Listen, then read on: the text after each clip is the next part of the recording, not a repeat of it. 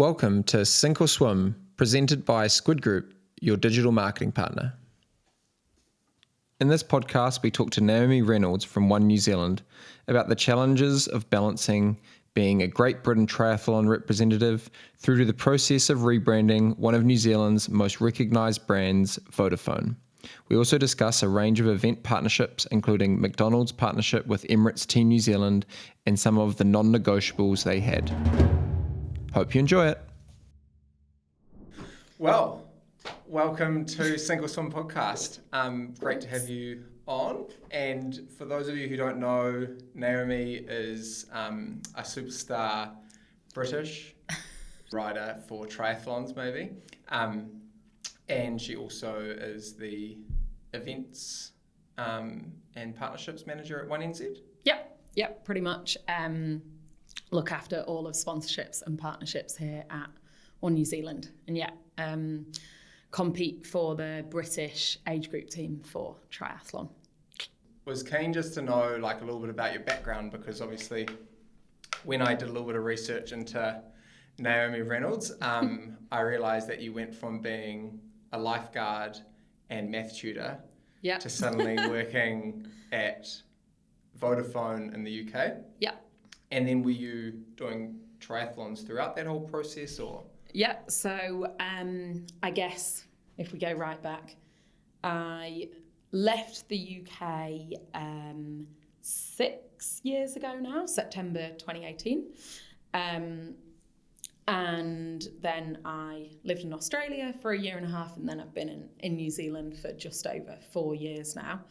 And from a sporting side, grew up from probably the age of 10 as a competitive swimmer. So literally I was swimming every day at the age of 11, 12, and then went on to swim in counties, regionals and nationals. So I was always a swimmer, basically, growing up.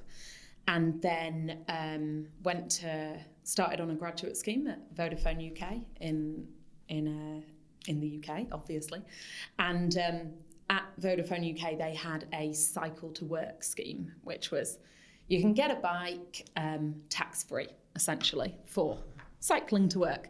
And so I was like, I might as well just do that. And so I bought my first road bike, which was a piece of crap. Very heavy aluminium thing. Great for training though. Great for training, yeah. Gives you some good drag, that's for sure. And so bought that, and also through Vodafone, we had something called the Corporate Games, which was where all the different businesses in the UK compete against each other in all these sports. And I looked at all the sports and I was like, swimming, but it was open water swimming. And I'd never done that before, but I thought, I know I can swim. So I started swimming in the lake, competed in that, ended up winning that. So I thought, I'm okay at this. And I knew I could run, and then I just bought this bike. And that was when triathlon started. And so I entered this race in 2015, so 9 years ago now. And it just so happened to be a qualifier for the European Champs. So it was my first triathlon.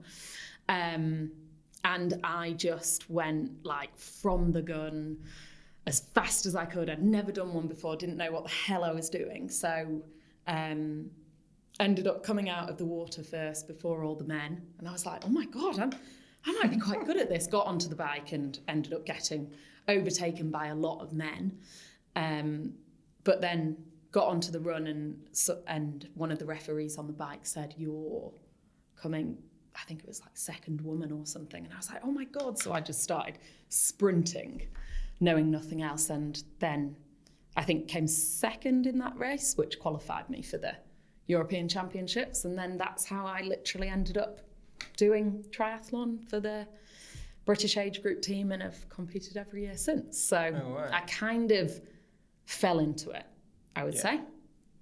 And I've always done it alongside work. So that's pretty much how I got into triathlon, just through putting the three together.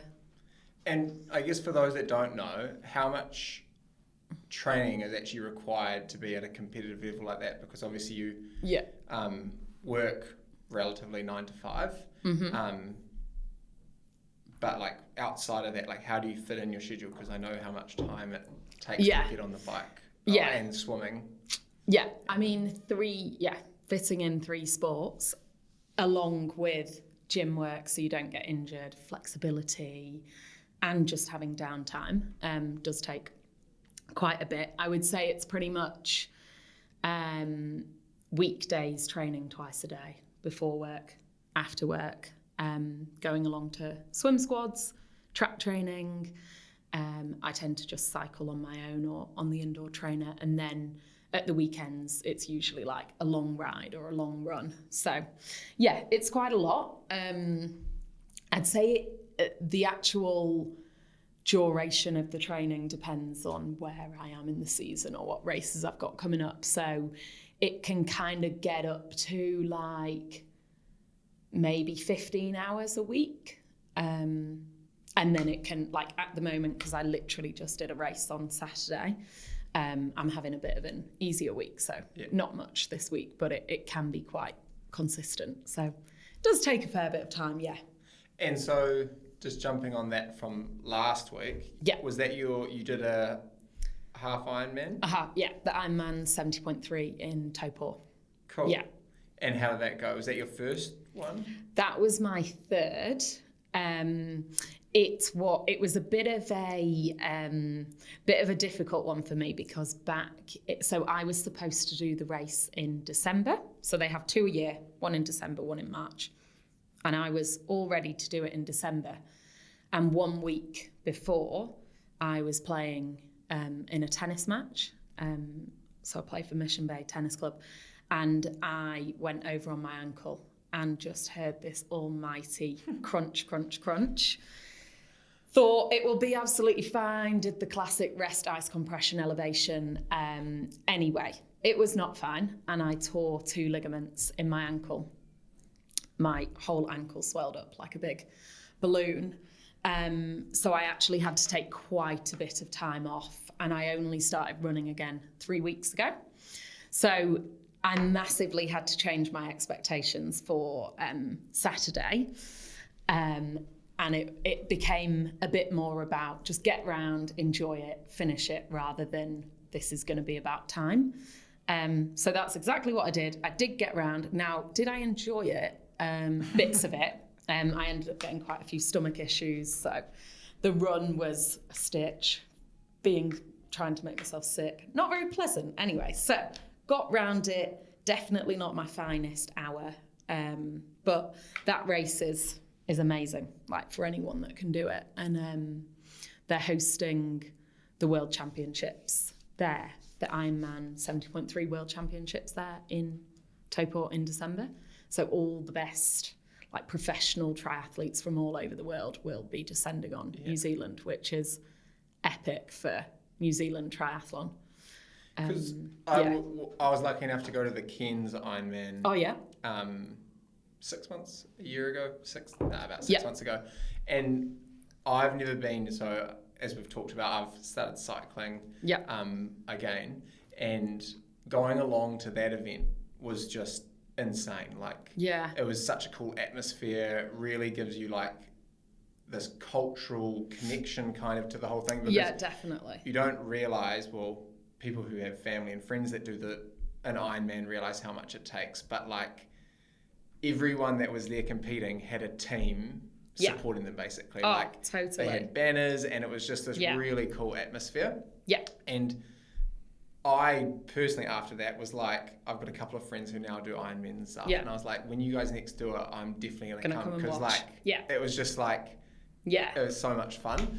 But with the New Zealand one, because I know that the Hawaii Ironman, Kona is now only the females, or there was a big change in that, right? Yeah. So for the full Ironman, which is just crazy, I've never done a full Ironman yet, but I would say like the pinnacle of every Ironman athlete is getting to go to Kona, which is the World Championships. Kona, because of the amount of people that were like descending on it once a year for these championships, it was putting a lot of like pressure and stress on the island. So they basically said, we either need it to go or we need it minimised. So what Ironman did was they've now split the World Championships. So they have one in Nice and one in Kona, and it alternates per year. So this year, the men are going to Kona and the women go to Nice in France. And then next year, it will be the opposite. Yeah.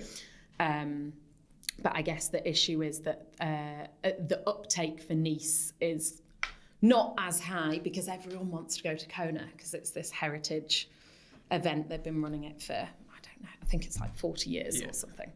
So that's what's happened with that. Have you done any events in like super warm climates like Hawaii? I've never raced in Hawaii. I'm trying to think the hottest race I've done.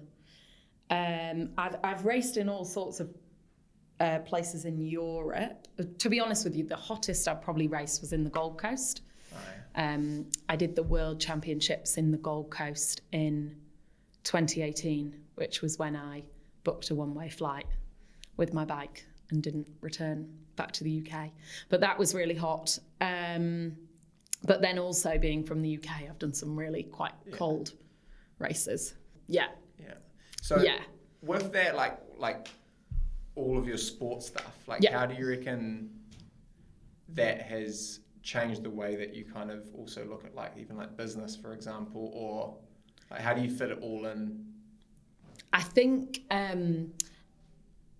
for me, and it's definitely something that people ask, like, how do you balance it all?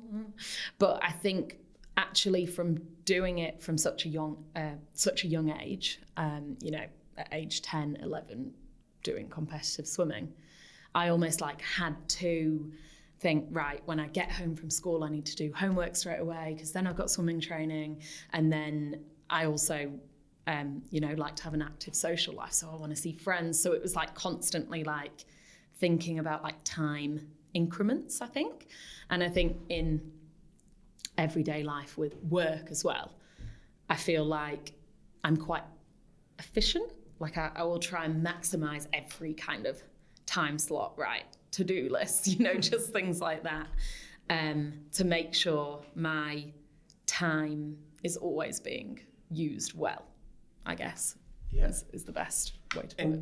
Because I was talking to a couple of people about this the other day, actually, about like whether there's a difference of people who are competitive at sport in business versus people who say aren't competitive, they do it socially, and then people who maybe don't do any sport, or even just don't have something that they're competitive about or really like passionate about. And personally, like, because with windsurfing, I found like when I transitioned from professional sport life through to work, it was almost like other than the mental changes and challenges that you have from the transition, it was almost like quite an easy transition because you go from like a block of training where you're training, you start at 7 and let's say you finish at 7 and you have all your periods of different things of rehab or whatever it is. But then when you go into corporate life, it's almost the same, except it's a different, instead of training, it's like I'm going to be doing this block of tasks at this time, and you can be quite regimented around it like that. And I'm just interested with what you do at 1NZ, does that have you found like that helps with that, or? Yeah, for sure. I guess it's all about that kind of like, I guess in my head, my working day would start at like 6:15 when I'm starting training. It's almost like this extra long working day. So it's like train, work, train. And it's all kind of bulked in together. But definitely, like I understand what you're saying, but I don't think my kind of like sporting competitiveness comes into my work so much. Like I wouldn't say I'm someone that's like fighting to get to the top or fighting to be a CEO, because I think what would happen then is, I think that thing that I was saying about balance, the balance would tip. Like at the moment, I can keep the balance, but if you're really, I'm not aspirational in my career, but I wouldn't want to be a CEO, for example, because I think then, you know, your priority probably has to be work. And I definitely want to have time for sport, family, friends, etc. So, yeah, it's funny finding that balance, right? Like, as they say, to do anything professionally, or be an expert at anything, you have to spend, I think, roughly 10,000 hours or whatever that book says. Yeah, I've heard that. To do whatever it is. Yeah. And it's, no matter what, when you get to the level of, let's say, Tiger Woods, you've done the hours. Or if you look at Elon Musk, done the hours. And there's a certain degree of like dedication with that one thing that you become so professional at, or such an expert in that area, that obviously there's other benefits that come from that, but you can't just... Yeah. You can't do it all, otherwise you'd literally explode, because you... Oh, totally. But it is interesting finding that balance, right? Like, I've found recently going back and doing a lot more sport has meant that my business life is much easier, because you have like these periods away, whereas when I first started Squid, for example, it was like, you're doing these long shifts, I've stopped sport, so suddenly you just put it all to the side. But then now it's like, actually, you kind of need that balance to be able to have the mental capacity. Yeah. And I think the endorphins as well from exercise are amazing. Like I can literally, when I'm not training or not exercising, I just feel really like slumped in myself. And then actually at work, I'm just like, oh, you know, can't be bothered. So I think the exercise and the training like complements me being productive at work. So I feel like the two go quite nicely hand in hand. And it does help that I actually work quite a bit in sport and sports sponsorships. Yeah. So that complements what I'm doing outside of sport. So just on that, so with your work, you've been involved with Vodafone in the UK, and then transitioned over to obviously New Zealand. There was a little bit in between, which we can go over in a bit, but like looking at the change from Vodafone to 1NZ, what was that like, and like how were you involved with that transition? Because that's quite a big a big shift from... Yes, it was big. So I joined what was Vodafone New Zealand at the time, just over 2 years ago, and I was in the marketing team. Quite quickly then moved over to the brand team. And on my first day in the role, got taken into a bit of a room like this. It was all green, and there was a piece of paper, and it was like, Naomi, we need you to sign this NDA. And that's when I found out the company's changing. We're not going to be Vodafone anymore. We're going to be One New Zealand. And so from day one of my role in the brand team, I was straight away working on the brand transformation. And I was mainly focused on our retail stores, so changing our 50 retail stores from red to green, everything around them, all the assets within them, all the marketing pieces, etc. And then also we had a huge event here in the office, and I was managing that. So that was kind of my key piece that I was involved in. And then pretty much once we had transformed, that's when I moved into the sponsorships role. So Bridget, my colleague, she managed the change from the Vodafone Warriors to the One New Zealand Warriors, which was huge for her, massive, massive piece. And obviously we had to tell them ages before, because they were changing the logo on their kit, which they order months and months and months out. So it wasn't just a case of, we're changing in a few months. This was like years in the making. So yeah, a huge piece, like big thing, I guess, for your career in brand to work on a company that is changing its brand and transforming to a new. Let alone probably one of New Zealand's biggest companies. Exactly. Yes. So it was a big piece of work, and we were very busy at the time, but it was all like really good stuff. And how did events come into that? Because that's how we obviously met, was through the events piece. And like at the time, events, and I know that it still is a big part of 1NZ's marketing strategy, but how did events come into, like, why was that such a key thing for you guys in that brand transformation? Yeah, for sure. Well, I guess at the time when so Vodafone in New Zealand and in New Zealand has pretty much 100% awareness at the time. And so we were transforming to become this company, One New Zealand, that had 0% awareness.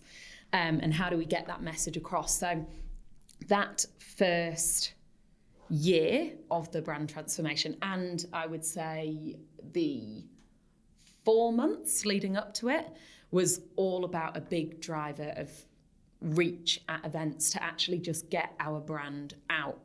People seeing it, engaging with it, associating with it, fun activations, just signage, just anything to show our presence and show that, first of all, the message was we're changing. So we'd kind of have a co-brand, well, it wasn't really a co-brand, but the Vodafone logo changing to the One New Zealand logo. And then from the 4 months before we officially changed, we just became One New Zealand at those events, and we'd have signage that would say we're changing. And that was the goal there, just literally to get out into different regions of New Zealand. So we worked on you with Waterbourne in the Mount, and show people One New Zealand, and get them interacting and engaging with the brand in a fun way. Yeah. So that was pretty much what we were doing with events there. And like with events, like why do you think, I'm just interested from like a brand piece, because obviously there's two primary players in the market of telco in New Zealand. Yep. Why do both of you seem to have such a strong presence, or that you try and have a strong presence across music and events, music especially, but what do you think the importance is of that for, let's say, a big brand like yourselves, but then also looking at, like, say, smaller brands which are trying to activate within those same things as well? Yeah, for sure. I think when we look at research across New Zealand of what do Kiwis love, like hobbies and interests, it always highly indexes in music and sport. So for us, that is why we have our, well, not these brands specifically, but that's why we choose to sponsor music events and sports. So like two of our key partnerships are the One New Zealand Warriors, that we're in the 25th year of sponsoring them, which is really, really cool, and Live Nation as well, which are the promoter that bring in so many gigs, festivals, comedians into New Zealand. So I guess with us now, with our brand transformation and becoming One New Zealand, it's all about creating a brand that locals love, that Kiwis love. And we know that Kiwis love music and sport. So that's where we have chose to specifically have those key partnerships. And that's not only what we sponsor, but it's just where we choose to have those, like, real two key strategic partnerships, I'd call them. Yeah. And with that, because for people who aren't necessarily involved with events, they don't necessarily see all the background stuff that goes into it, right? And it was awesome working with you guys, because there is a team that sort of comes into it. But what would be some ways that you think that there's lots of value that isn't necessarily one of, like, say your big event partnerships, like let's say Rhythm and Vines, where you have a big activation and everything else, right? There might be, say, smaller events that still might be in Live Nation, or it could be even the Ironman. I think it's Ironman that you guys are... The marathons. The marathons that you guys are involved with. Ironman, yeah. Like ways to actually leverage that partnership, even if it's not a big partnership. Yeah. The ways to get the most out of it, because it's so easy to be like, hey, event, here's $5,000, but then all you have is a logo on a poster if you don't activate. And I think like a key thing for us is, especially we've just done a big piece with the Warriors about launching their heritage jersey. Don't know if you saw it, but basically we've brought back the jersey from 30 years ago with NZ Warriors. So a key part of our contract is we are the naming sponsor. We have the jersey, the logo on the front of the jersey. And to mark our 25-year partnership, we were like, let's bring back this epic jersey that everyone loves. So we said to them, we're happy for you to drop the logo. And I guess that for us is like, with our sponsorships and partnerships, it is so much more than just putting a logo on things. We want people to come and engage and associate with the brand, because for us, if you've had that experience, so for example at Waterbourne with you guys, we did the One Big Dig, and like that was just a really fun experience for kids, adults. They're digging in sand to find hoops. Well, I think the adults actually had probably the most fun, because they were the ones that were literally throwing sand throughout. Yeah, we did the same thing at field days with straw with little like pitchforks. And I guess for us, like, people have that association that, that cool thing that One New Zealand did at that event. They take photos, they share on their social media, and it just creates that lasting connection, so that when it comes to, I need to get some broadband for my house, or I need a new phone plan, like One New Zealand's top of mind. When it comes to, okay, who are the other players and in the trusted, market? right? Yeah, exactly. Because that is like becomes a household name, because you see it outside of just going to the mall or whatever else it is, or for sure, Norman or whatever it is. Yeah, for sure. So it's definitely like a key pillar for us in order to shift our brand consideration and just get people engaging with our brand in a different way that isn't just walking into a store or calling the call centre, because they're the traditional ways. So, yeah. And what were with everything with that changed, other than obviously the obvious going from red to green? Yeah. Merry Christmas. It was actually over Christmas, I think, that you guys almost did most of the rollout. But pretty much.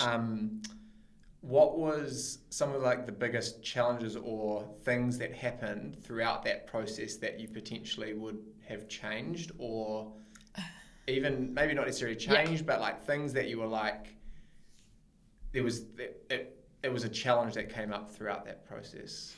Yeah, I guess the key challenge was just the sheer amount that there was to do. And I guess it's almost like an auditing piece. Like you walk into, so for me, retail stores. So actually, when I say retail stores, I mean every asset, every channel of retail. So not just our 50 stores. We've got dairies. Every single dairy in the country probably sells a Vodafone SIM card.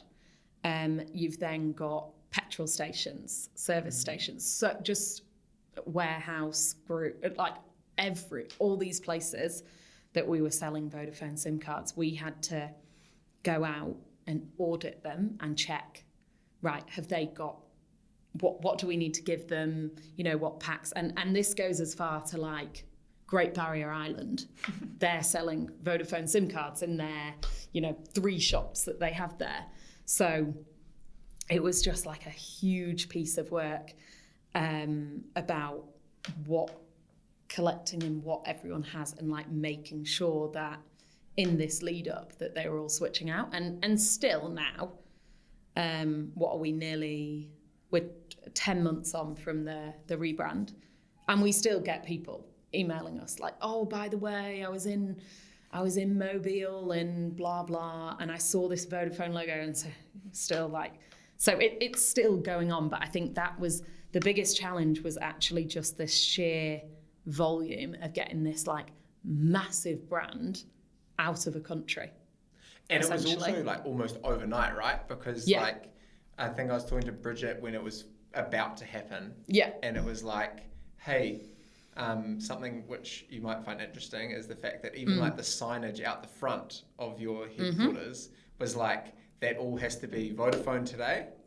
Yeah. 1NZ tomorrow. Literally. Like.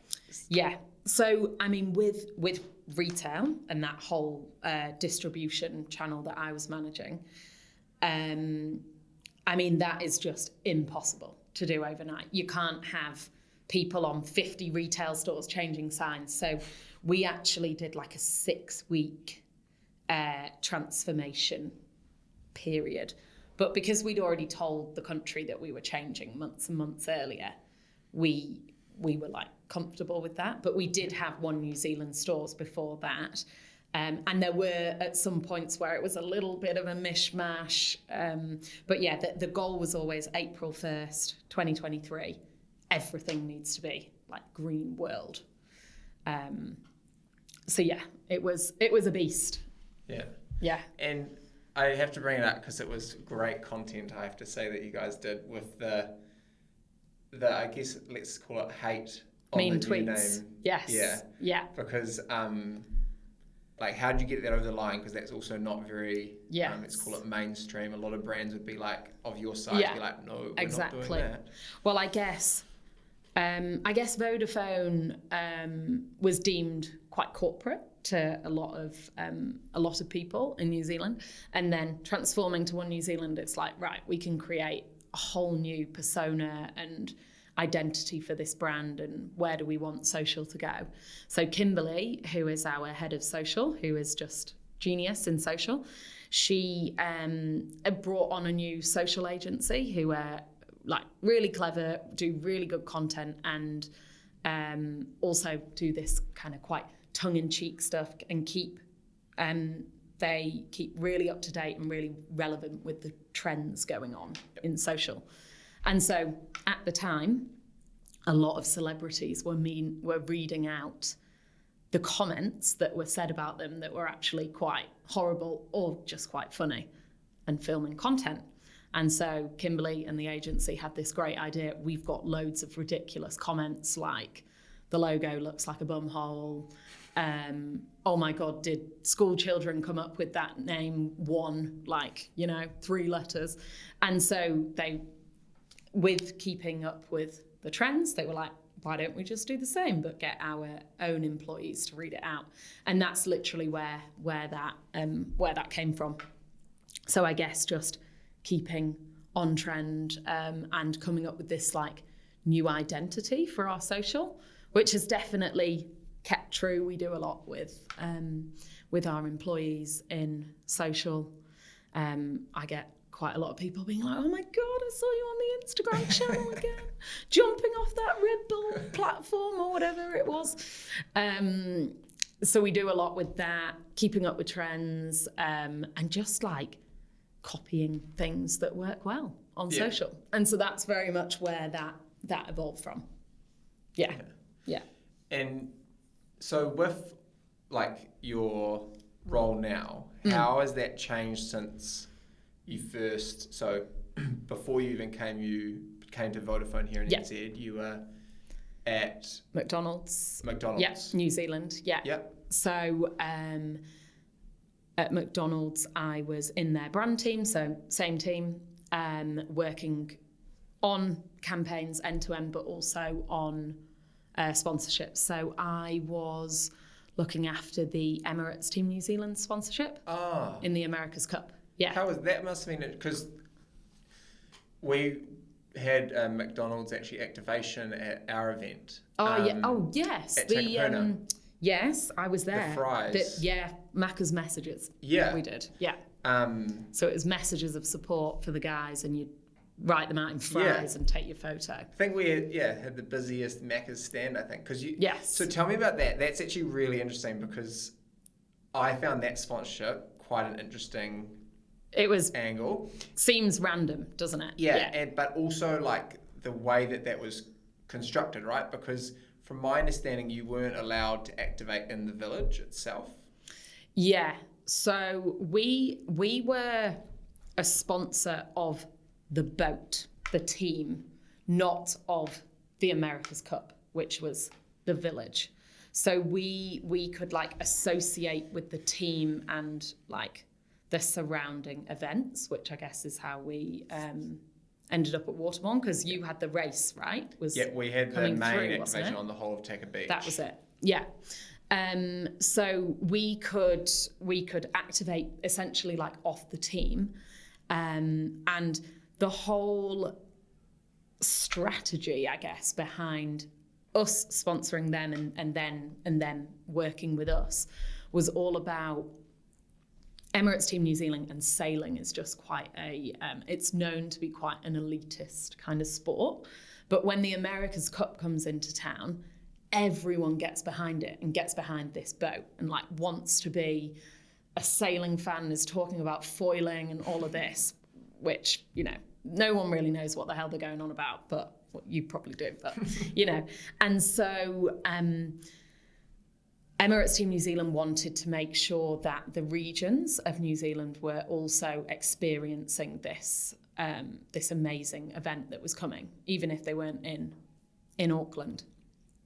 And so they saw us as McDonald's like as a great platform to do that, because we had stores up and down the country. You're the family Restaurants. brand. We are the family brand. So we were, I think our official line was we were the family sponsor of Emirates Team New Zealand. And so we created like a product line. We had 3 burgers. There was like the foiling crispy fish and the sailor's beef and all this. Anyway, so I was involved in doing all of that. And it was just a way of bringing this kind of elitist sport out to the whole country and supporting that, getting everyone behind this boat. And so that was the thinking behind it. And then our key thing was, when you look at the boat, all the logos are in white on the sail, apart from ours. And that was a key thing in our contract, that we wanted our logo to be in yellow. So even though it was actually quite small, apart from Emirates, it really popped because it was yellow. Yeah, the golden arches. Exactly. But if that was in white, it just wouldn't have one, looked right or felt right. You never put the golden arches in white. So yeah, that was what I was doing for 2 years before here, when I very first moved to New Zealand. Yeah. Cool. And with the Macca's element, I don't know if this was over the same period, but was that also when McDonald's did the whole like we're in New Zealand beef, and the fact that like yes, a huge percentage of all the beef produced in New Zealand actually goes from New Zealand farms. Yeah. So it was I can't remember the exact name. Oh, the campaign was called Made to Order. So it was all about because over COVID there was all that like support local. So this campaign came out shortly after COVID. And also I think there's that thing about when you order from McDonald's, oh my God, my burger's been sat there for ages, it's mass produced, they've sent over frozen burgers from China or something like that. And so the whole thing behind that was actually that really isn't the case. Like, we get the apples from orchards in Hawke's Bay for the apple pies. The potatoes come from, I can't remember where the potatoes came from, but literally the lettuces were ordered from a farm down south. And that is why when we had COVID and we went to, what was it? We were doing McChicken sandwiches and Big Macs. We ran out of lettuce because the farms weren't running. Yeah. Because we were everything was local. So yeah, that was all that campaign. It won loads of awards actually. It was really, really cool. Yeah, no, it was interesting because so like you said, especially over that period of like COVID, it was like support local. And then there was this like debate that sort of came out of that, right? Because it was like, by going to McDonald's, you technically actually are supporting local for multiple reasons, because Totally. one, you're going and supporting people who are employed by McDonald's for one, but two, let's say 80-90% of the produce is actually coming from local farmers. Yeah. So therefore you're actually still supporting. Totally. And it's a mindset shift where it's like you always think, oh, I'm going to go to the local burger joint around the corner, but it's... And it's one thing I did not know about McDonald's until I started working there. Like, for me, actually, the job, when it came up as an opportunity, it was, like, for my morals, I was a bit like, I don't know about this because I'm into my health, my fitness, you know, my triathlon. And then I got offered this job and I was like, one of the biggest fast food chains in the world.